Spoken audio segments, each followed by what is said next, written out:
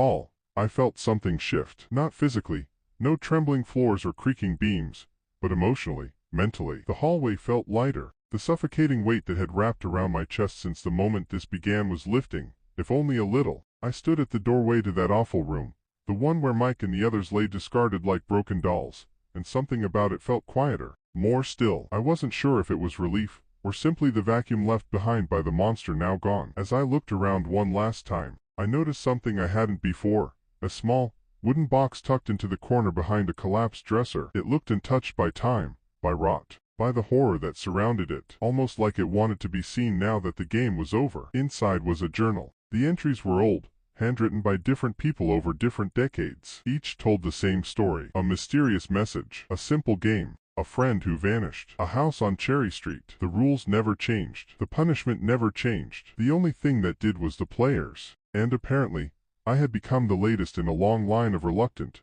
winners. But at the very end of the journal, beneath the final entry, someone had scribbled one last line, greater than, it always comes back. Someday, someone else will text you. When they do, run. Don't play. I closed the box and walked out of the house, the smell of death finally fading behind me. The sun was starting to rise, casting long rays through the broken windows and overgrown yard. My phone buzzed one last time as I reached my car. A new number. Just 2 words. Your turn. After responding, seek, to the mysterious text, the protagonist is thrust into a real-life, nightmarish version of the childhood game. He receives a message directing him to a run-down house at 727 Cherry Street, and once inside, he realizes it's far more than a game. As the countdown ticks, he searches the dilapidated building under intense pressure. Upstairs, he discovers a room filled with decomposing bodies, including the disturbing, starved-looking corpse of his roommate Mike. The final moments are a desperate scramble before the time runs out, and he finally confronts the demonic seeker,